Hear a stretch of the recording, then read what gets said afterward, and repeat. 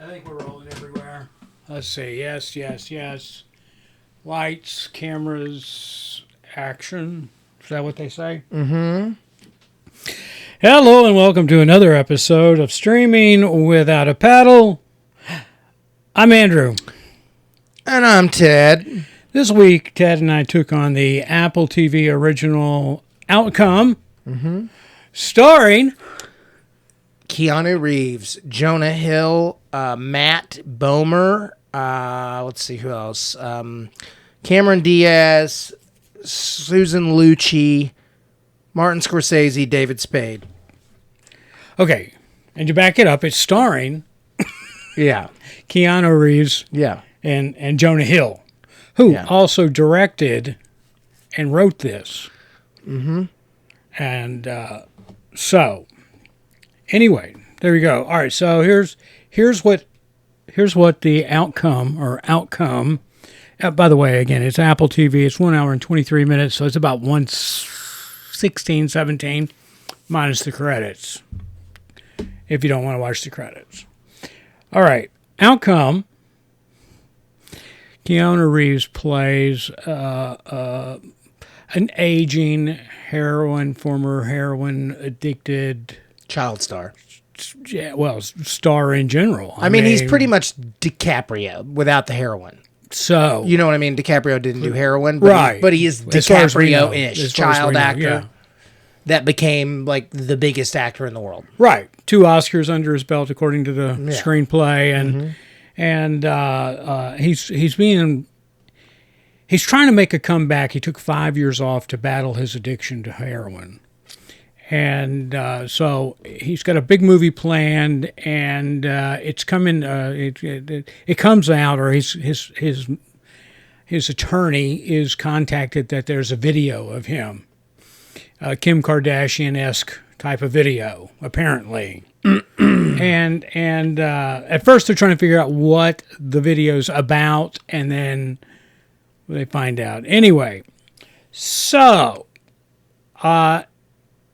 It's about the relationship between this lawyer played by Jonah Hill and Keanu Reeves, the actor, trying to find this tape and quash it before it gets out there. I forgot to say Laverne Cox from Orange is the New Black is in here too. Okay. Because she's not on the pictures of the cast, but she is in here. Okay. So we have an hour and 15 minutes to try and track down who is the blackmailer and what's on this tape. That's it in a nutshell. What was the George Clooney Adam Sandler movie that just came out? That we reviewed. Yeah. What was it called? It was a name. Yeah. Let's ask somebody in the booth there. Yeah, it was a name. Yeah. Let's see. Anybody know? Anybody? Off It'll the top, be the last Raj? movie he did. Yeah, Jay Kelly. This is the same exact movie. Thank you, Booth. Yeah, thank you, Booth. This is the same exact movie. But he didn't have a drug problem. No, but he was just an alien. Yeah, but it's just like a character. Yeah. No, it's just a famous actor struggling. It's a pot shot at Hollywood. I mean, I get it, but like, I'm trying really hard. I think this film was all over the place, Ted. It was terribly directed. When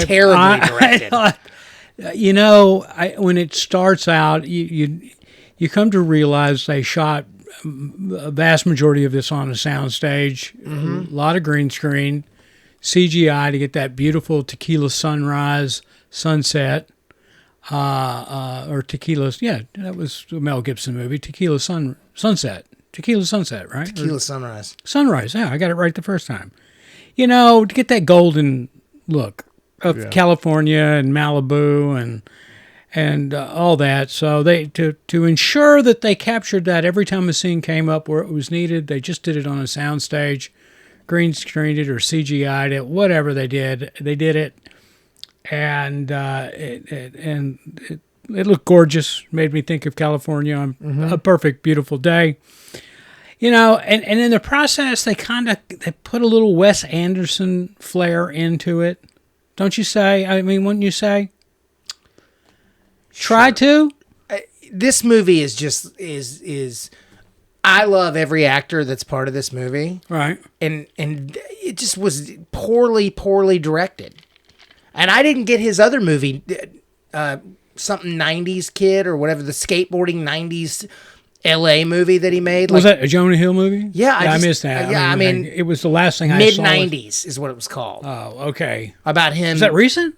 Like 7 or 8 years ago. Oh, okay. Before we started doing this. Yeah, it was like about him growing up as like in skate culture in LA. Okay. Well, I went, the last thing I remember him in was mid-90s. Yeah.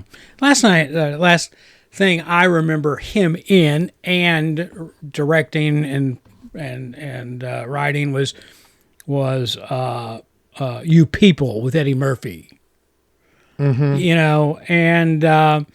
And that's what kind of threw me on this movie, because this looked and felt nothing like You People. And I get it, and I appreciate it. I guess we're just jumping right into the Jonah Hill part of this.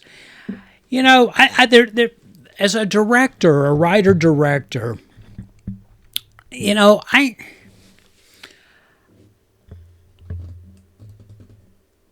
I think it's better if you develop a style like Wes Anderson or Quentin Tarantino or even Scorsese, who's in this movie. Which, by the way, I'm going to say it right now, he was the best part of this movie. He was great. He was great. He was, Hey, shocker that he's good at acting. Shocker. 83 years old. Yeah. He's now finding out he's an actor. Yeah. Right? I thought, if I'm being honest with you, the acting is not a problem.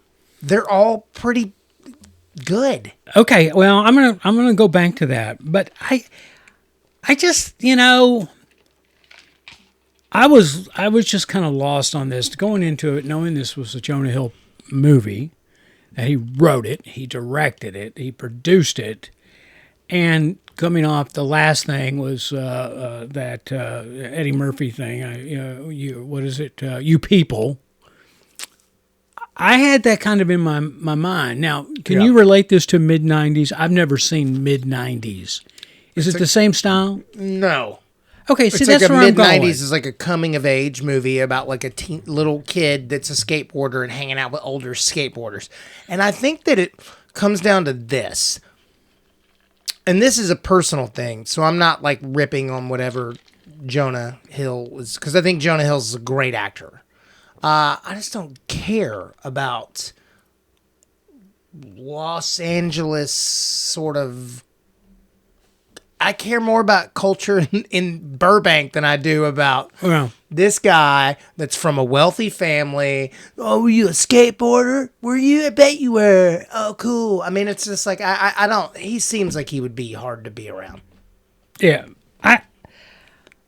I was just, again, my takeaway was, he needs to, if he's going to write and direct, I would rather put him into a category of people who have a style, something that's stylistic. I mean, I looked up the DP on this, and I saw nothing in his resume, CV, that one had any kind of feel or look that this movie portrayed. Well, here's my question. Okay, without ripping anything, like I'm looking at every review that I've been looked at, and they're all like, all the characters are terrible people. It's like it's not them. They were good. Cameron Diaz was good. I mean, they were good. Everybody was good. Matt Bomer's great. Keanu Reeves is super likable. He should have played this person. It's just... I guess what I would say is, do you think that most of the country or the world cares about Hollywood type like celebrity? Well, I don't. I thought this movie was really kind of a plagiarized. I'm sorry. It's Jay Kelly. Same thing. I mean, here, look. Jonah Hill, and I'm just going to say it. Jonah Hill was the worst part of this movie. I'm sorry. I think you're a great actor if you're listening, Jonah, but I think you just went over the top too much. I mean, I got little notes here that I made. You want to? He uses the veneers like he had in Wolves of Wall Street. His character was his version or his impression, to me, of Les Grossman from Tropic Thunder, played by Tom Cruise. That over the hill, balding, facial hair kind of guy, and yelling and screaming, and I just, that's just it. I mean, it was everything was so. I mean, he even ripped off Why Him with Bryan Cranston sitting on the toilet there while Peoples. You saw Why Him with Bryan Cranston? Yeah. The toilet scene where he's sitting on it. What's the guy who came in there to fix the toilet? Peoples? Oh, Key and People. Key and Peele. Oh, Key and Peele. I'm sorry. Yeah. Michael. Yeah. He comes in to fix the toilet. There's a scene where Jonah character's character can't go take a poop on the toilet without somebody there, and so Keanu Reeves' character joins him in the toilet. I'm gonna die on this hill and say it forever, and I just think that people don't want to necessarily see these movies that celebrities want to make about Hollywood. Yeah. You know what I mean? Like the struggle in Hollywood, that's kind of a tone deaf, or I guess this is a send up, what you would say, a spoof version kind of Jonah Hill's experience in Hollywood. I wouldn't. I mean, again, I thought he was just plagiarizing because, he went to the depths of the speed and the pace of this and using the Hollywood studio kind of thing as a background to tell this story from the studio. An Apple TV series produced, directed by, and starred Seth Rogen. Yeah. Which is absolutely amazing in my book. And so I would where's the originality of this? That's where I couldn't find anything. Well, if I keep going back to Jay Kelly, it's because, Keanu wants to go apologize to this on-again, off-again girlfriend of 20-something years, right? Right. Okay. He's on the apology tour. Jay Kelly wants to go on the apology tour to talk to his old roommate whose role he stole, and that made him a star. It's the same thing. Yeah. And you surround yourself with people that are enabling you, at least in this one. No, it did it in both of them. Jay Kelly's just a better version of way better. Like just way more well written. Like you care about him. You just don't like. Somehow Jonah Hill took one of the most charming, likable guys, and you were like, here, dude, shoulder this entire movie, and he did it, and he was good and charismatic, but you're talking about Keanu. Yeah, he was good and he was charismatic and he was really good, but it's like every scene Jonah Hill was in, I was like, gosh, what is going on? Yeah, no, I agree with you. I mean, I thought Keanu gave a wonderful performance. I mean, here's the thing that shocked me. I don't think he's had that much dialogue since Point Break. I thought the same thing. I was like, you've been kicking people's butt for years. And Cameron Diaz, Cameron Diaz has come back, and she was great. She was, yeah. I mean, I was actually what mystified me. She was doing this picture, and she's, as far as I'm aware, I could be wrong, but she was under a 2-picture deal with Prime or Netflix, one of the two, Netflix. And we've only seen one of them so far. That was with her and Jamie Foxx. We reviewed the show. And she probably has done another one. She probably. So her commitment's over, and yeah, and so she was freed up to do this. I don't know, but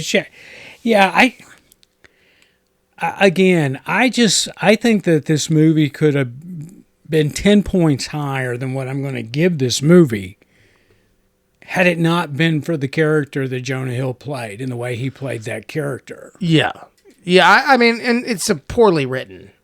Yeah. I mean, what do I know? But that's my opinion, and that seems to be the opinion of quite a few people. Well, but I think the actors, besides him, really you know what's hard to do, Andrew?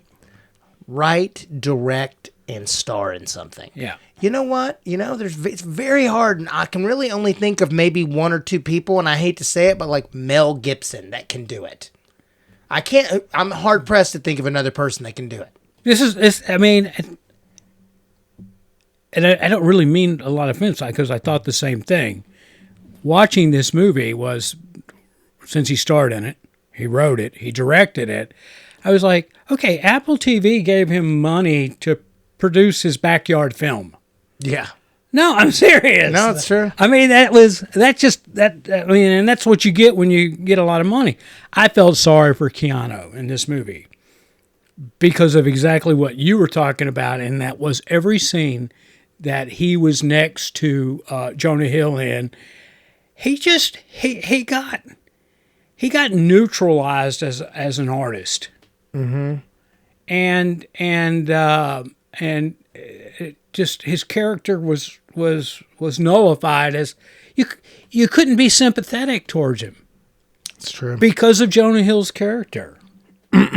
So that's where I'm at on this thing. Yeah, it's just not for me. And then, and I do really love all these actors, and Jonah Hill, he's a wonderful actor. I guess I don't understand the point of this. But that just means anymore I've realized, like, if I'm not into something, it's just not for me. You know what I mean? Yeah, I was disappointed. I'm trying to look up real quick here, and I meant to do it earlier, and somebody in the booth can help me out here, is if we could get a budget on this thing.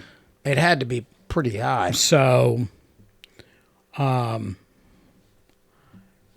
the meantime, if somebody can in the booth can pick it up. Oh, dear Lord. What? Popcorn meter 32. Tomato meter critics 28. Wow. Yeah. Wow. That's low. Yeah. I mean, I'm not going to go that low. You want to just get into our numbers? If you want to. Might as well. I mean, I'm disappointed in this. I'm giving this a 5.8. Yeah, I'm going to do the same. I'm going to be right with you. That's just what it is. I mean, nothing special by any means. And the best part of it, the most enjoyable performances, because it didn't have Jonah Hill in it, and that would have been the Martin Scorsese parts. Yeah. I mean, when Martin Scorsese was playing opposite Keanu, it's great. It was great. I thought wow. I thought the scenes where he went off and said, "I've been so careful," and then Cameron Diaz and Matt Bomer kind of like laid him down. Yeah. And we're like, "You're just completely I was like, that was a great scene. They were all really good in that. Yeah. You know what it is? And I just read this in a review, and it's true. It's like the tone is all over the place. Yeah, no, that's the tone doesn't. Where was he? What was it? I don't know.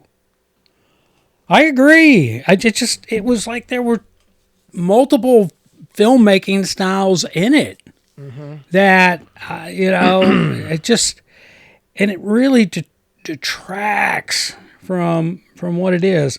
Nobody can find any budget on this thing, so I can't imagine it other than the fact that the talent costs on it were extraordinary. That it was, here, I'm going to put the budget this way. It was not money well spent. No. No, whatever it was, because it was just that. Now, you were what? We were both 5.8s, right? Yeah, I mean, that's, yeah. And I was excited. I was too. I was looking forward to this. Comedy is a reach. Calling this a comedy is a big reach. There was nothing humorous about this movie. No, at points made me feel really anxious. Yeah. Oh, and here's the other plagiarized part of this movie. It tried to emulate the non-Jonah Hill tone of the Margot Robbie Babylon. Yeah. Which again, that was much better. It's serious. And that movie was crazy. I got halfway through this movie and I'm sitting there going, first I'm coming out of my shell shock because I'm trying to put all this together and understand where we're going and all that, and then it just kind of it hit me that there were so many elements that were borrowed that had already been done, and guess what? Those elements didn't really mesh well together. Multiple styles of filmmaking here didn't get that. Jonah Hill and his character persona in this was, a cross between Donnie in that he played in Wolf of Wall Street and Tom Cruise with Les Grossman from Tropic Thunder, and then you started scene stealing where they try to pace it like Babylon, and then you scene stole from Why Him with the toilet, and then from the pacing of it, I was put off. I was not pleased. I was not entertained. 5.8 is, again, very generous. Pretty kind. Pretty kind. All right. Anything else on this? I'm a don't watch. Don't waste your time. Yeah, I don't think I mean, unless you're really into the inside baseball of Hollywood and what it, does. Yeah. There's the other thing. They, again, felt like we're taking stuff from the studio. It was just a hodgepodge. All right. You got to rewind? Oh, no. Oh, I had it last night. Okay. Hold me. That's okay. Oh, I just got to make sure it's streaming. I haven't said Demon Knight yet, have I? No. Demon Knight. Okay. Tales from the Crypt, Demon Knight. It is streaming on, about 150 different ones. Oh, there you go. Fandango, Apple TV. Oh, these are all, I bet it's on Tubi. These are all rental. You'd have to rent it for like $2, but Tubi, I bet it's on. Okay. It's so good. It's so good. All right. What's it about? I'm not familiar with this. It's an ex-soldier is the guardian of an ancient key that can unlock tremendous evil, and he has to fight off the collector, one Billy Zane, and Billy Zane is like a demon, and he's got a bunch of demons. It's funny. It's really good. Okay. You're not gonna watch it anyway, but no, I'm not. I'm sorry. No. Don't be offended. I have it on VHS. All right. Let's see what else. What do we? I just finished the Madison. I don't know if I brought that up or not before. That's the next Taylor Sheridan. Hope I'm saying that right. Yeah, Yellowstone fame. But this one stars Michelle Pfeiffer. Wow. Yeah, no, she's really good in it. I'm not a big Michelle Pfeiffer fan. And, we did that Christmas movie with her, and I panned it because I thought it was horrible with her and Dennis Leary. She really brought her game on this. And this has got your buddy in there, Kurt Russell. Oh. Yeah, they play husband and wife. So I'm going to recommend that one to our viewers. All those Taylor Sheridan shows are good. I mean, it is what it is. They're all pretty good. I thought Yellowstone was okay. I tried getting into Marshalls or whatever it's called, and it didn't work for me. Landman, yes. Landman was very good, is very good. And this one Tulsa King. This is his one too. I'm not into Tulsa King? No. I'm a fan of Tulsa King before I actually was on it. So that was the thing. Before it killed you. Yeah, before it killed me. But I enjoy Tulsa King. I love Landman. I think it was season 3? Uh-huh. Season 3, episode 1. Episode 1? Was it episode 1 or 2? I think it was 2. 2? Okay. I don't remember. You should, right at the beginning of the episode, I mean, 5 minutes in, Ted takes one to the head. And you know what? He took it well. I know. Everybody that I've seen is like, did you really get hit? Did you really? And I'm like, no. I'm like, dude, I was impressed. I've watched it 50 times, Ted getting shot. Thanks, dude. No, nothing sadistic about that. Look at him. Oh, that was a fun day. Yeah, no, I love it. I mean, it was like, damn. Wow. There's your calling. You I should have been a stuntman. You should have. You just call in Ted to get shot. We're gonna shoot somebody who we want. Get that Welch guy. I've played that exact character maybe 50 times. I mean, the same. Well, same thing. Your character from Justified is the same character. What's his name? Judd Truth. Judd Truth. It is in my feed like crazy. I don't know why, but I kid you not. It pops up. It pops up all the time, and I don't like look up myself, but people like it'll be like viral moment. Look at this guy talking to the cop, and I'm like, what? Yeah. So does the Bob Trevino one. The Bob Trevino one, where at the second scene I'm in, where I come quits. In. Yeah, I come in and I'm like, well, you've done it now. I mean, that thing pops up all the time, and they're like, he thought he was going to tell him where to go, but not today. And I'm like, that's so weird. Now, I get every 150 reels that go off on my Facebook. It's Ted playing Judd Truth. Not the one scene, but the two different scenes. Oh, you get them both? I get them both. So it's like alternating back where and forth. I'm rolling joints in front of the cops. Yeah, I got the glaucoma real bad. Yeah, right. That one. And then when they come up to the house and you got the shotgun. Yeah. Those two scenes. Who'd have thunk that'd be the funniest part is, one time I heard Bruce Springsteen go, in an interview, he goes, I write these songs about these working men in factories, and I've never actually had a real job. And just what's pretty funny is I play these characters that are out in the woods and rough and rub and tumble, and I like 80s and 90s memorabilia and grew up in the most suburban of suburban places you could ever be. Is Justified still going? Oh, no, dude. It's been off the air. Well, they bring it back. They should bring... They brought it back. They should bring you back as an undercover agent. They brought it back, but him in somewhere else. He wasn't in Kentucky anymore. Oh. Yeah. Okay. All right. Guys, we appreciate you all being here, being listeners and watchers of the show. We really do. Until next week, I'm going to stay Andrew. And I'm going to also stay Ted. Okay.